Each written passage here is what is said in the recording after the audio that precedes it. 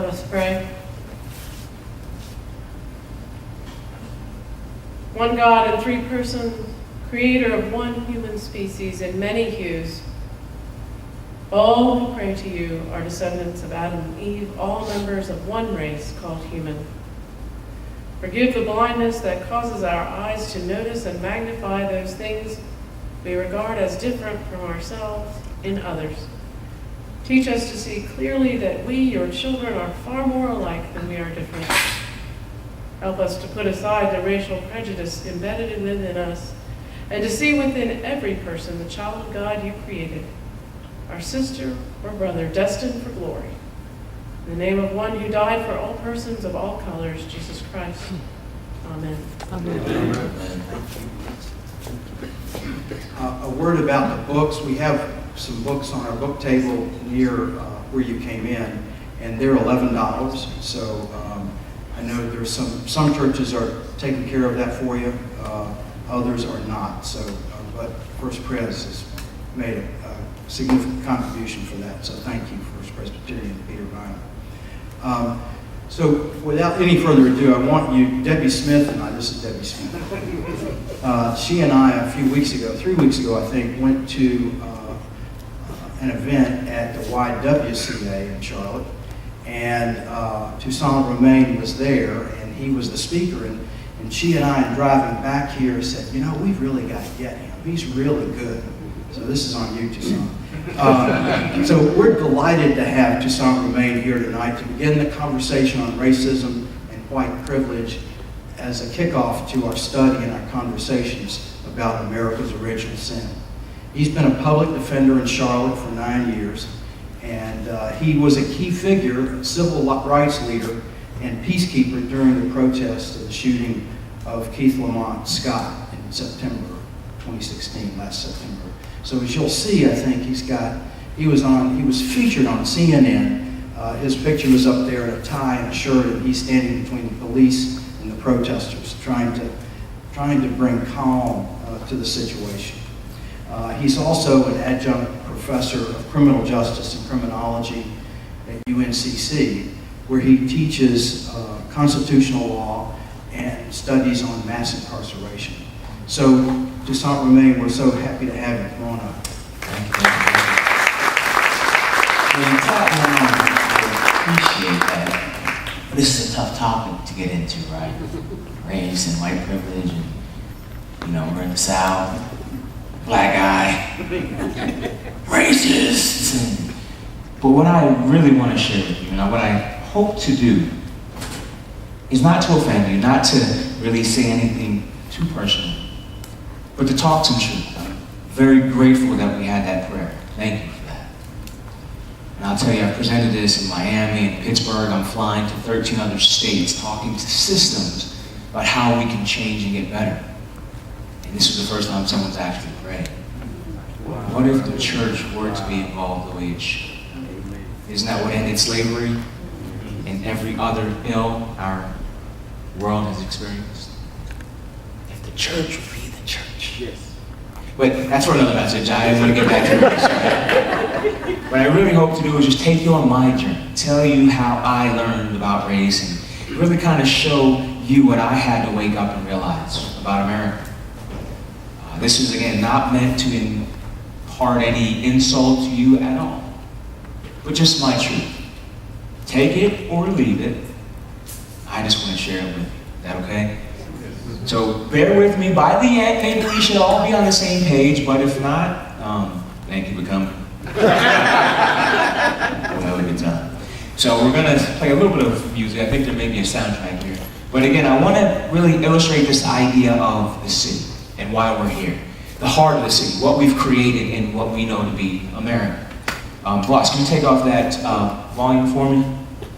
Well, what is it that made you want to stand there in front of these protesters and between them and police and tell them to calm down? What is it that made you come out of it? We can't lose any more lives, man. I'm a public defender. I can't represent any more people. We don't need more people to go to die. No more people being arrested.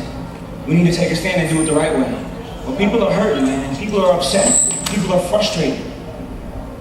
And people need leaders. Now, I'm not trying to be that leader, I'm trying to prevent people from being hurt. I have to ask, we're getting word that there was a protester that was killed tonight. It apparently was some kind of civilian on civilian violence. Is that what you wanted to see when you came out here, thinking that you were going to spread the message of positivity that you were talking about? Man, there's always one that's going to end up being bad. But there's always going to be one other that's going to end up doing good. I'm here to do good. I'm here to do good. And the fact that you came out tonight on a Thursday. You were taking on tear gas as we were. What Not does once that again. mean? But the fact that you came out on a Thursday to learn about this stuff means you're here to do good too. Boss, so you turn that down just a tad because it's going to get louder. But I want to tell you about this quote. You know it before, you've seen it before. And injustice anywhere is a threat to justice everywhere. So let me tell you about a family that had this experience. This is a family, and as you can tell, there's a husband and a wife, and their 2 babies, and this 3rd baby up in the tree, little fat cherub baby, right?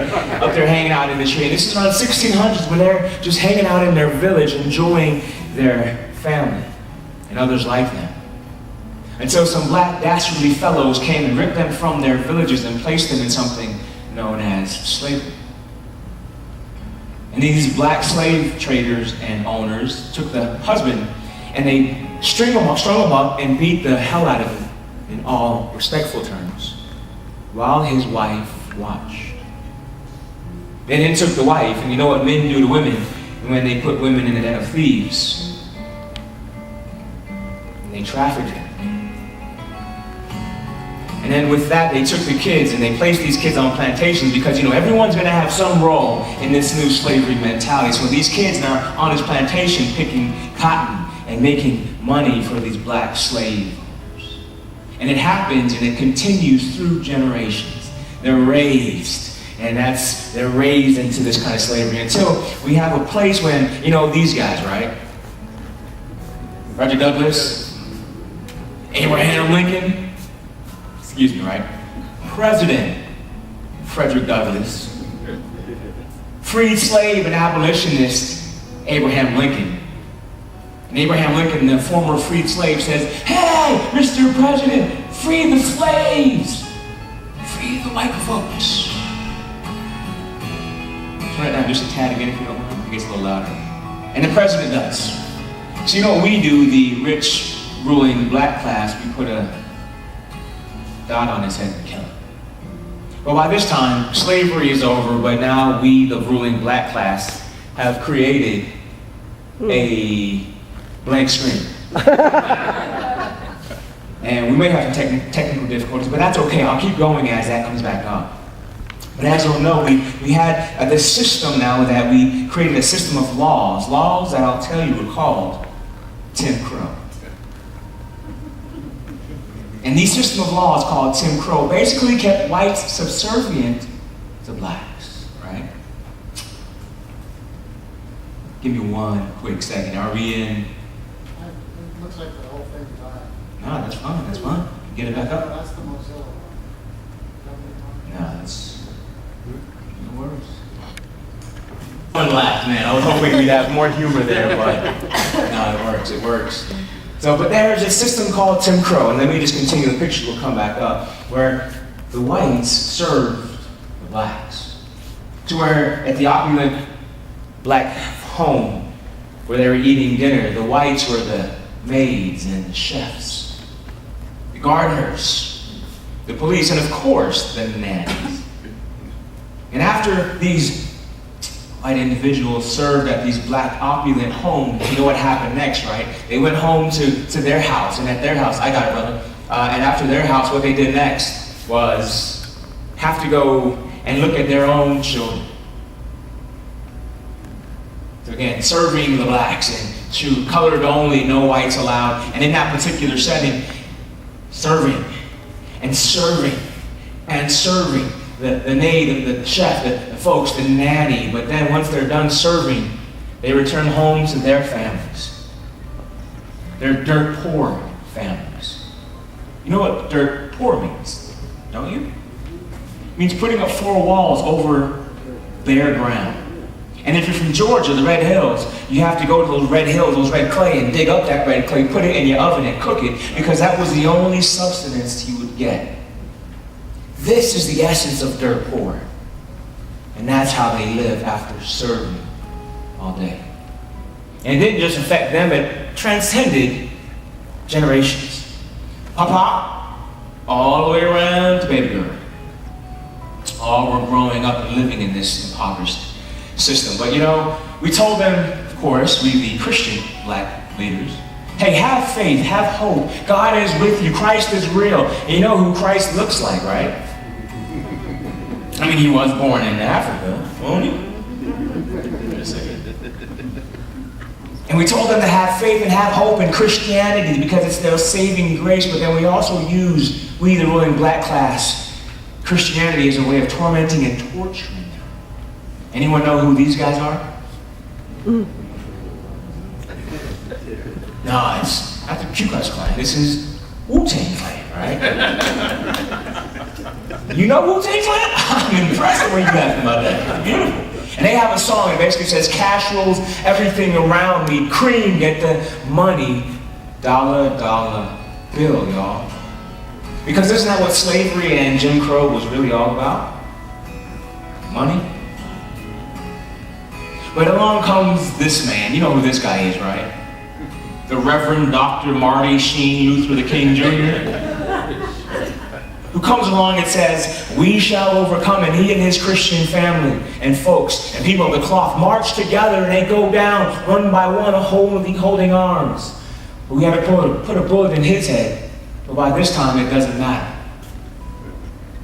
Everyone's free. And to the pastors in the room, please forgive me for that photo and the other one. But by now, the whites are saying, listen, the South has treated us and mistreated us and tormented us. We want our freedom, but we, the ruling black folks, we say, listen, I don't care that they think that blacks raped and hung and tormented the white people. This is my black Southern heritage I'm talking about. I'm proud to be black and from the South. I'm proud of who I am. It's a system to where by now it doesn't really matter. Because slavery is over and laws have been repealed. But again, it doesn't matter. Because America has been divided. America is divided in such a way that now every particular state is governed by some corporation. And you know who runs these corporations, right? Yeah. You know who runs these corporations? Rich black men. Easy. They control all the corporations, which also means the money is all there, so they control the banks and the Federal Reserve, which is not a federal agency. They also control the White House, the Capitol, Congress, and the Supreme Court. So all laws that are written, judged, and executed benefit, of course, the black men, ruling black men. And we now pledge our allegiance to the flag of corporatocracy, which is this concept that it maximizes profits regardless of the social and environmental cost. It's all about making money in this capitalistic society. And guess who has all the control? It's this concept here where the ruling black men have all the money, and because of that, they control the government in every form of the word, including the police. And so when police kill an innocent white male, oh well. If he wasn't valuable to our money-making system, the cop will get off.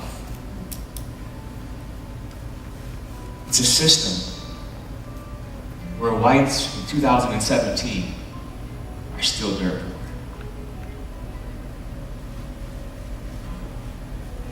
A system, my friends, where there's so much self-hate because white people watch TV with the black folks on TV with all the homes, the big churches, the big things, and all these opportunities. There's so much self-hate that white people just feel like they're always second class and never going to be good enough. Don't get to go to all the best movies and have the boats on the lakes and things. There's so much self-hate in this capitalistic corporatocracy type system that white folks who look like this do everything in their power to look like this.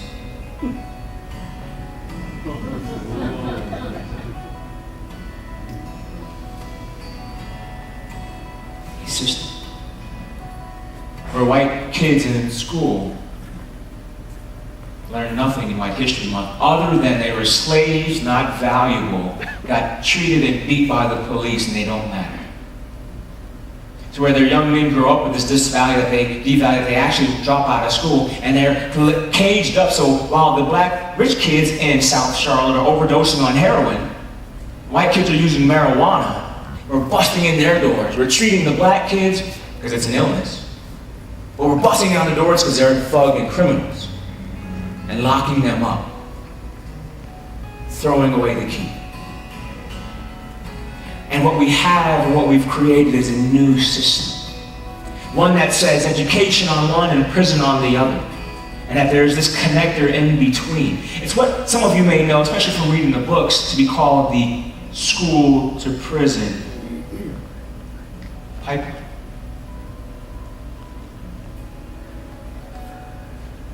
It's a system where a black male can call the police and say, there's this white thug with a hoodie and Skittles walking in my neighborhood. The police can say, don't do anything. But me and we, the ruling black men, can run out there and put a bullet in that white kid's head and get away with cold-blooded murder, baby. It's not Trayvon Martin. It's Kobe. It's a system where white lives matter, where folks are saying, listen, stop killing us and shooting us and they're not doing anything about it. Stop this system that's unfair. Stop! White lives matter, they say. But my friends, you know what we, the ruling black class, say in response to that, right? But of course, listen to Great Poupon. Well, you know, whites are making progress. They're fighting and they're making progress. You know, they've done a lot. We gave them affirmative action, which really benefited black women more than the white folks. But we gave them affirmative action, right? And they've even created something called the NAACP. You know that, right? The National Association for Non-Colored People. And we've even given them 44.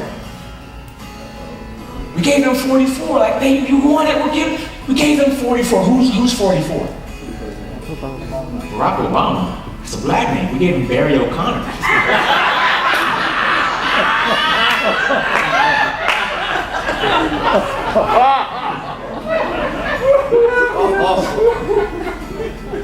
Oh my God. And as we gave them Barry O'Connor, you know, it's not enough. They still want more. They're still crying for more. They want all this stuff. I mean, we gotta stop them. I know. We gotta stop them. I know, man. But how?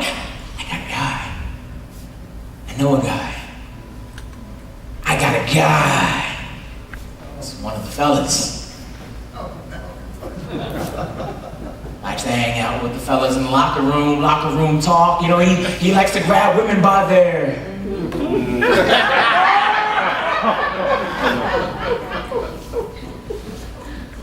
and he's going to build a border or a wall up north in Canada so those white Canadian devil, drug dealer, rapists, bastards can't sneak into our country. He's going to build a registry so that those Jewish folks from across the pond can't come into America. He's going to make America great again. And if I were to tell you about this system, and if I were to step out of this acting character for a moment, and to tell you that this is how this city was built, and if I were to tell you that whites have had progress for 50 years, 50, have had this freedom for 50 years, this progress, what is that in comparison to 500 years of black control?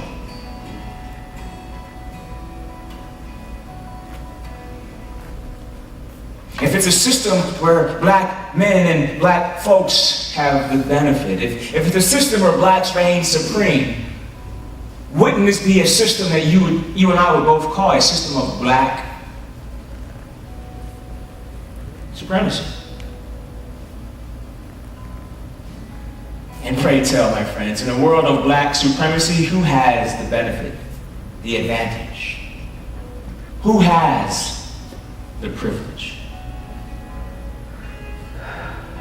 It would be a system of black privilege. but I jest, of course. Lord, forgive me for this lie I told in court. I mean, not in court, 'cause I'm always in court. I do tell lies in court, you know. I need some hands and paper. But I'm in church now for the lies I just told in church. Yeah, Freudian slip, right? I'm telling on myself. But it's a system really of white privilege. I've simply taken everything that was black and alternated it and said, hey, listen, let's make it white or whatever, right? And that's why I switched. You get what I just did. But you knew that from the beginning. A system. It's a system.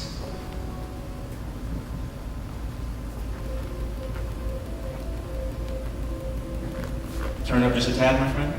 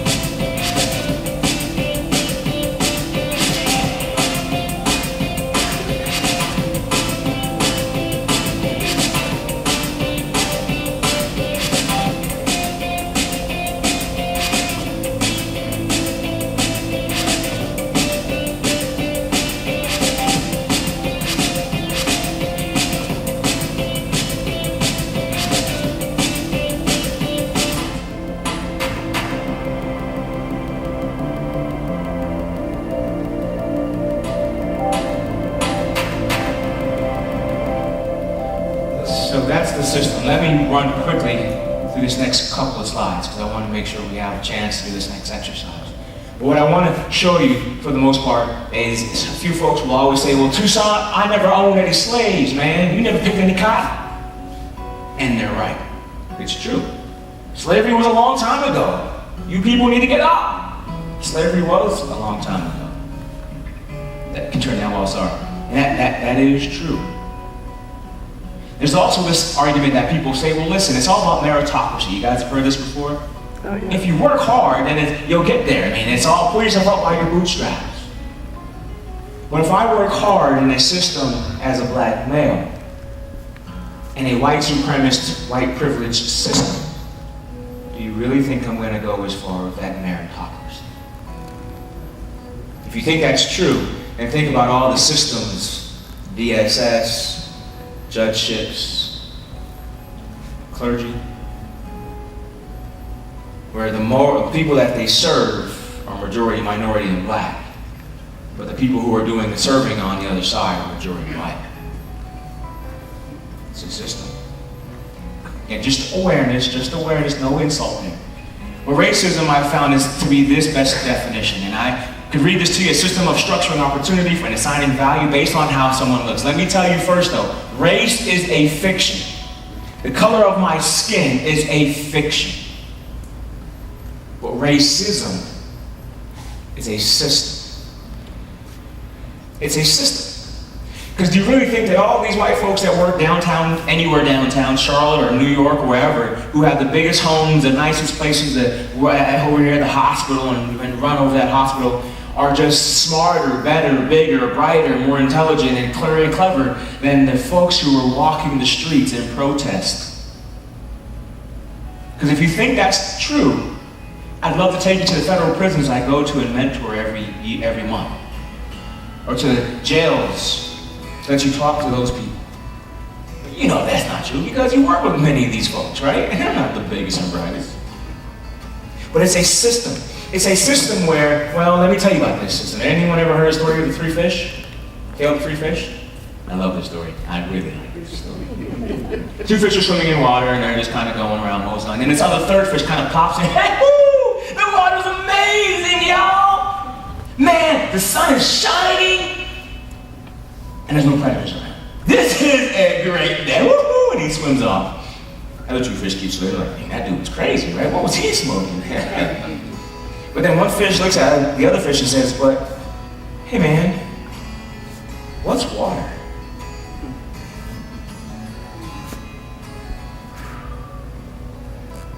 What's water? You know, it's really tough to tell white folks about white privilege.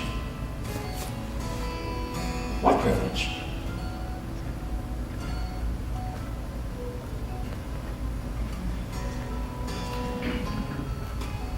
Y'all okay? Nobody brought no rocks, right? Nobody looks at me, I'm still good. But there's this system of racism that existed in the form of slavery. Slavery ended. Then this racism existed in the form of Jim Crow. Jim Crow, those laws ended. But now slavery racism didn't just go away. Racism exists today in the form of something called... Racism existed out there. It didn't just go away. Racism existed out there, but it's really just moved in here. In something we call implicit bias. But you know it. But before I get to that, let me tell you this about this lady. I love her. I get to say I'm in the same line of saints. When we saints go marching in, I'm with her, and she's a protester, and I'm now a protester kind of guy too. I like being aligned with her. But Susan B. Anthony in 1900 was like, we need women to have the right to vote. And so she demonstrated, and she marched, and she moved for the right of suffrage, the right of voting for women. And she was able to convince this man, Speaker Gillett, to say, you need to sign a law or an amendment that allows women to vote. And he did. This man used his male privilege to help others. It's huge. And women now have the right to vote. But I've not met any woman around the nation as I've been sharing this presentation that's argued to me that women have arrived. Women are still struggling for the same job opportunities, the same equality, the same pay, the same respect, the same access to the White House. Many women are still struggling for the same basic things. And beloved, if white women are struggling in a white supremacist system, what do you think folks like me are struggling for? But it's a system. And so let me tell you about implicit bias just real quick. Picture two people. One is a rapper, grabs his crotch, talks about being his mama, his baby girl. He's from Detroit. He has blue eyes and blonde hair. We're on the other side of 8 Mile, right? His mom's a crackhead and a trailer park, and you know, we're the real Slim Shady. Please stand. You know what I'm talking about, right? But then there's this other guy. He was born in Hawaii. He was educated at the best schools, raised by his white grandparents, went to Columbia and Ivy School, then Harvard, and was the law review editor, the most coveted position as a lawyer. Chief. Went along to be a U.S. Senator and then United States President. Who am I talking about? Which one is black?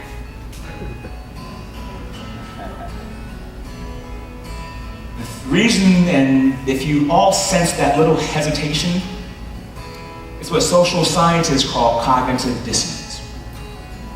Because what I want you to understand is there's no such thing as black. There isn't. There's no such thing as black. There's no such thing as talking black, acting black, looking black. What does black mean? It only comes from literature. I read 3 books a month because I just love to read, and I read and read and read. And the word black only comes from literature. And let me just run along so I'm not taking too much time. But in all words in books, anything that's good, anything that's white is related to as good. Anything that's black is evil. For instance, black plague, black death, black male. Those are negative, evil, subtle, evil words, right? Little white lie, white Christmas, the great white hope.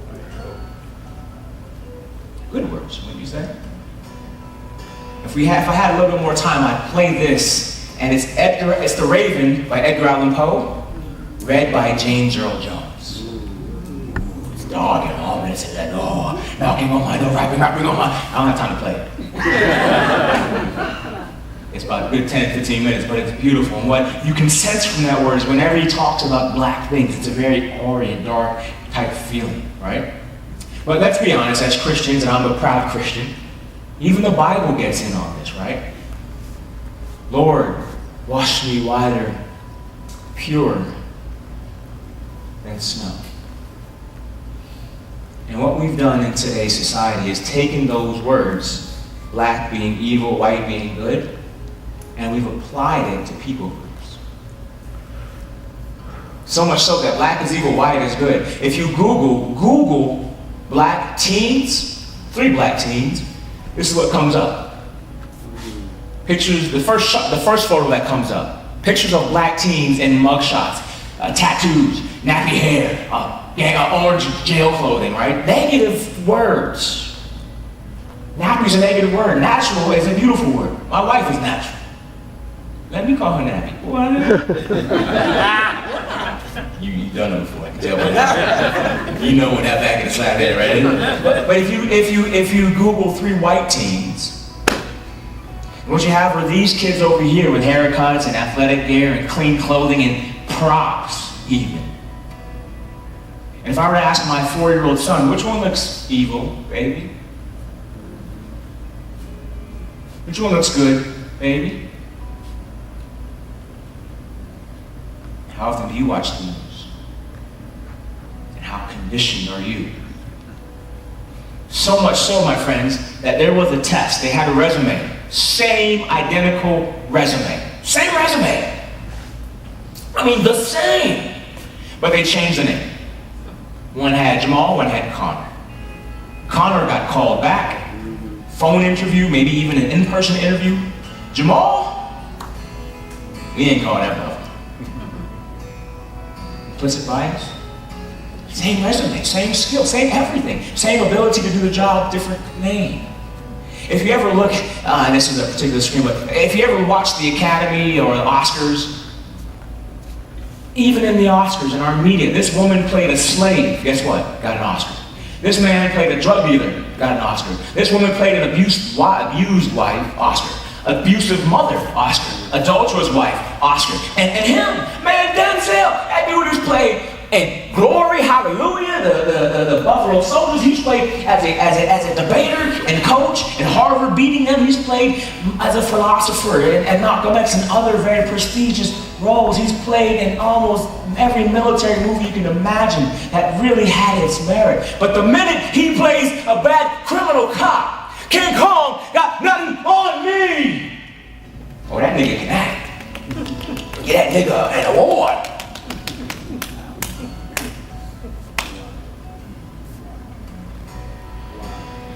The only Oscar he's ever got.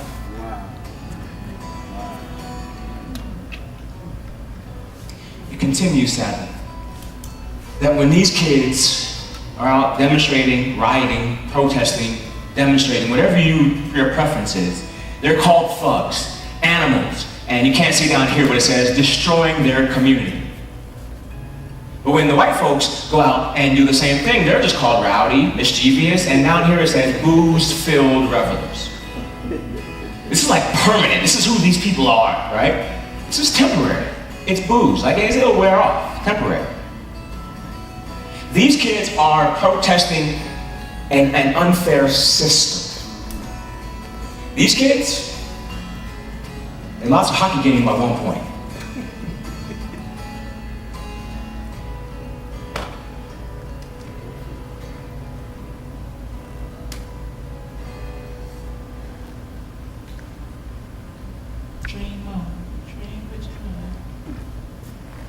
And in our criminal justice system, if you're white, you could beat the woman, have it on tape, bite her ear off, chew the ears, spit it out, 10 witnesses, on camera, confession, and you're innocent until proven guilty. But let a black man drive by in a car, officer smells marijuana, stop him, get on the ground, get on the ground, pow, pow, pow, pow. Guilty until proven innocent. It's our system. And I'm not making any political statements here. I promise you that I'm not. But that phrase on his hat, make America great again. And if great is a synonym for good, and if we can substitute good with white, then what his hat actually means is make America white again. Because isn't that what he said, following the black president? Isn't that what he said? Keep all the browns south of the border is what I'm going to do. Building that wall. Keep the other browns who are Muslim on the other side of the pond. And all the blacks, all the blacks in there. You know where we live, right? In the inner cities.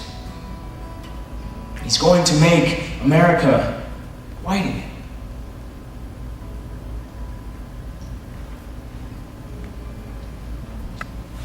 But oh my God, am I a racist? Are you racists? Well, I had this to say to you, in the words of Mr. T. I'll pity the fool that has white guilt. Please don't feel bad or guilty about this at all.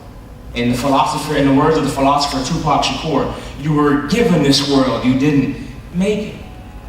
You can't feel bad about what I'm describing to you. It's a system. Because if we had gone back to the 1600s, and if blacks really did do that to whites, it'd be a white Tucson up here saying to a majority black audience, let me tell you about the system. But likewise to the black folks in the room, we shouldn't have any black rage.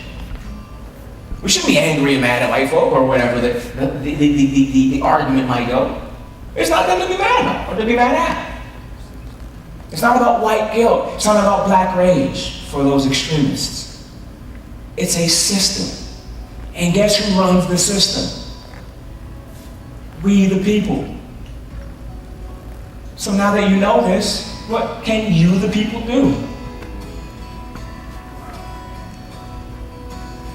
With the Charlotte protests, I want to make it personal for a moment. This dude was the guy who was called a hero by Anderson Cooper. I've gotten recognitions and awards now all kind of everywhere. This guy who went to work, afterwards went out to keep the peace for 2 weeks. This guy, the night before, was out, and this guy was called a thug, an animal. Was told to be shot. This guy also just left work. He teaches at UNCC, went to the gym to work out after class, and as he was going back to his car, he went to say, hey, let's keep the peace, y'all. This guy is okay. We America, we don't know what to do with him. He looks like, the suit. He's a hero. This guy, he's the evil. He's the thug. But my white friends, please understand, I can change my clothing and that might make me look different to you. But I'll never be able to change the color of my skin. Unless we change as a people. Why do all this? Well, there was a Supreme Court case that basically said slavery was okay. We changed the law so that slavery is over. There was another case that said laws were okay to separate but equal, but we ended and changed that. But we have this dream world that I would say we live in today, where we have militarized commando-type police who are jumping out of everywhere to come down and destroy people. These militarized cops coming in, getting a little girl in a sundress who's standing peacefully in demonstration by herself. A dream world we live in, I wish. This is an actual photo of a girl who was ripped from where she was standing, thrown to the ground, and these cops jumped on top of her.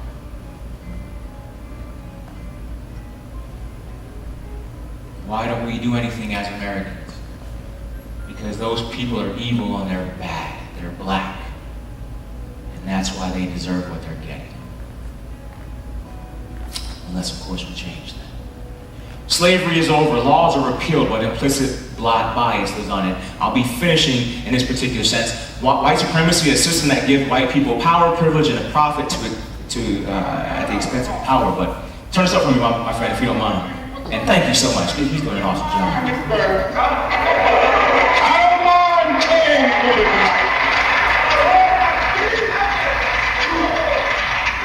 I don't mind saying to you tonight that I'm tired of the tension surrounding our day. I don't mind saying to you tonight that I'm tired of living every day under the threat of death. I have no martyr complex. I want to live as long as anybody in this building tonight. And sometimes I begin to doubt whether I'm going to make it through. I must confess I'm tired.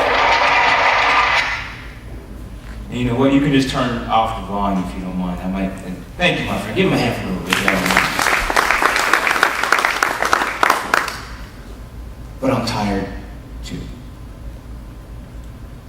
As I always say, I'm tired of having to stand in front of beautiful people in a beautiful facility like this and talk about race and white privilege.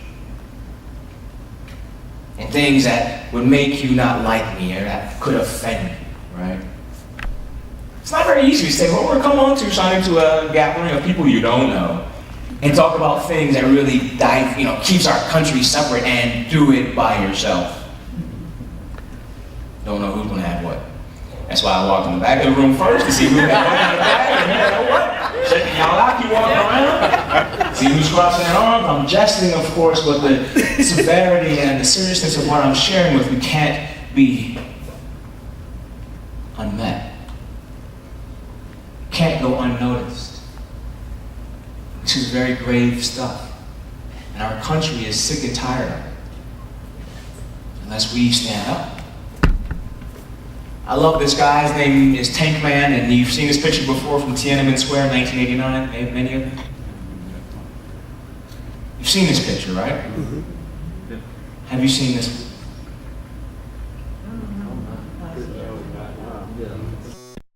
It's the same picture. Down here is Tank Man. Tank 1, 2, 3, 4, 5, 6, 7, 8, 9, 10, and 100 more.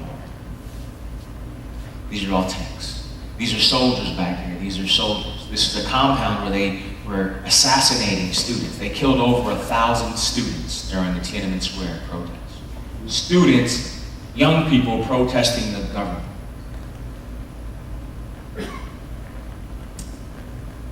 My favorite picture of all time. But I want you to understand, for me, if that were me, I might just here protesting Keith Lamont Scott, Trayvon Martin, Eric Gardner, Sandra Bland. That's tip of the iceberg, y'all. It's a system.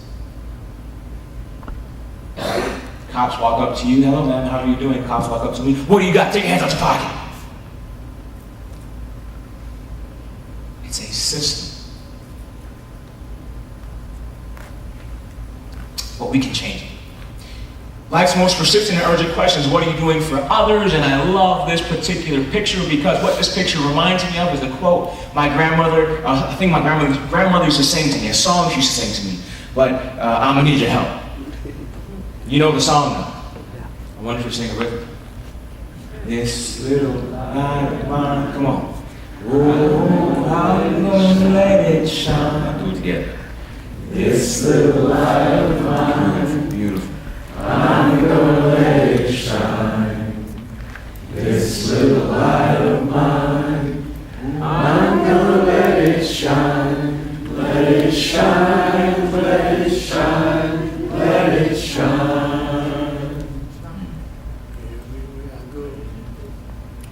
Don't let Satan put out.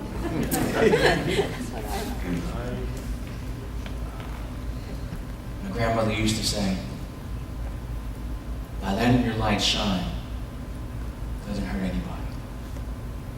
A candle can light another candle and not lose its flame.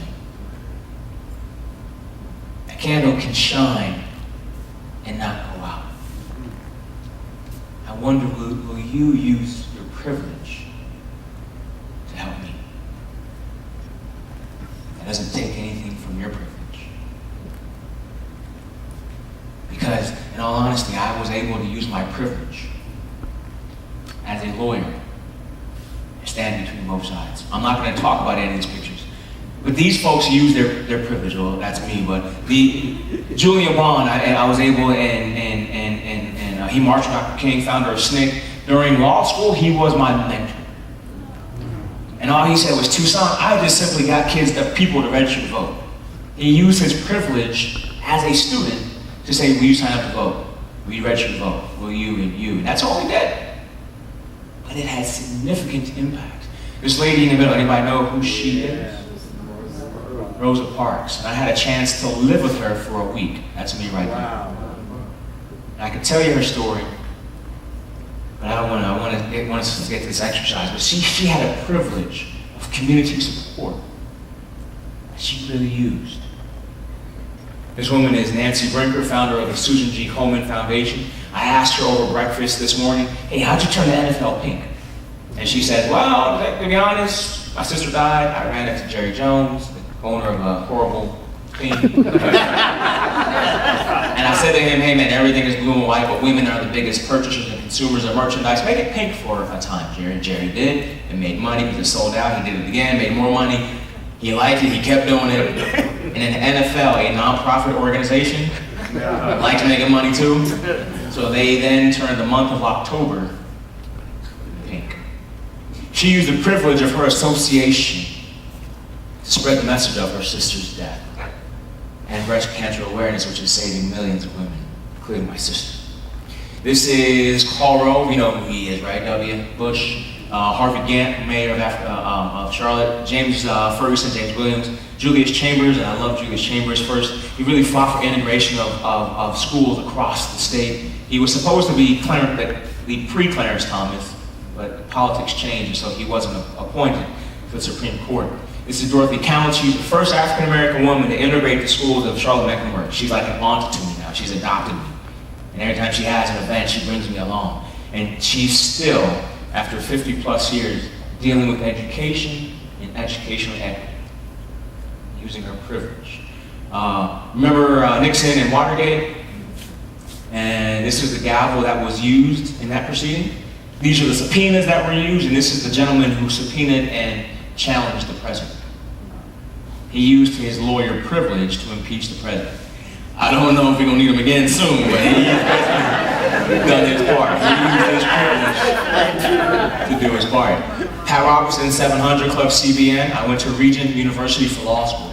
He basically had me come and be a part of his student group. So anytime he had an event, I was always there. Learning his real stories and what he did and how he started. Privilege as a Christian to exercise his abilities.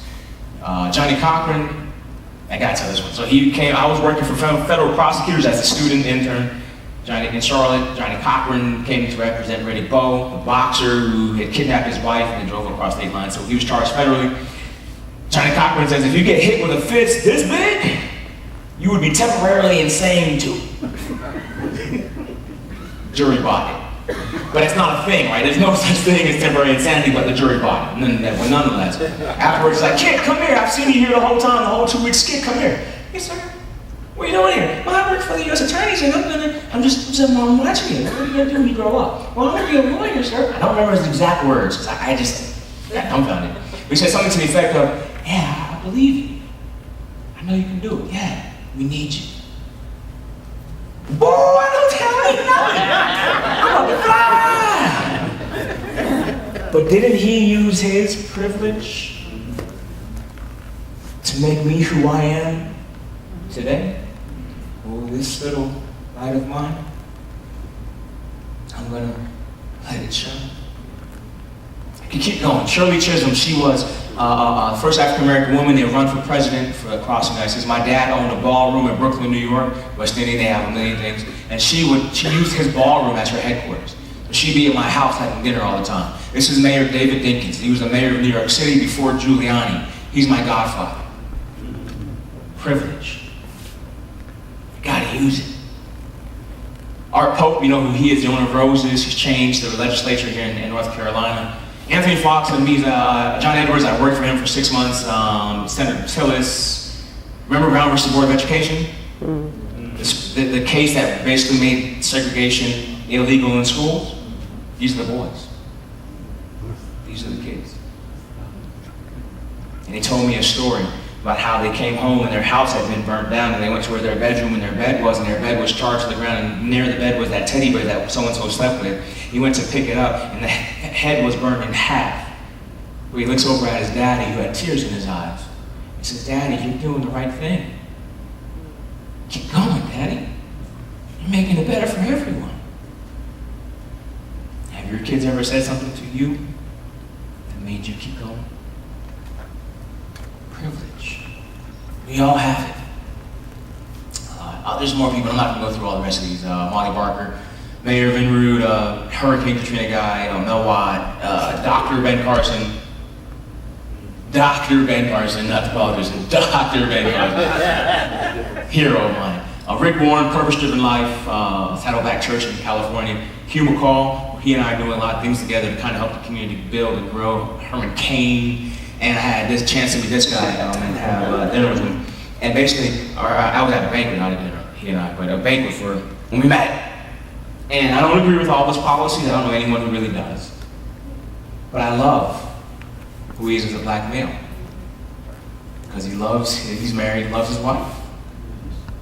I've been married 12 years. I need someone like that to show me. He loves his kids. When one of them got in trouble drinking, got off that airplane or Air Force One, whatever, you saw that walk back to the dome. Wait till we get inside. Some of y'all know that look. He loves his kids. And he has a job. Do you know what this means for me when I show this to my clients who don't know how to love the woman? Be a father to their kid? Or keep a job? And it's these people that collectively have encouraged me to use my privilege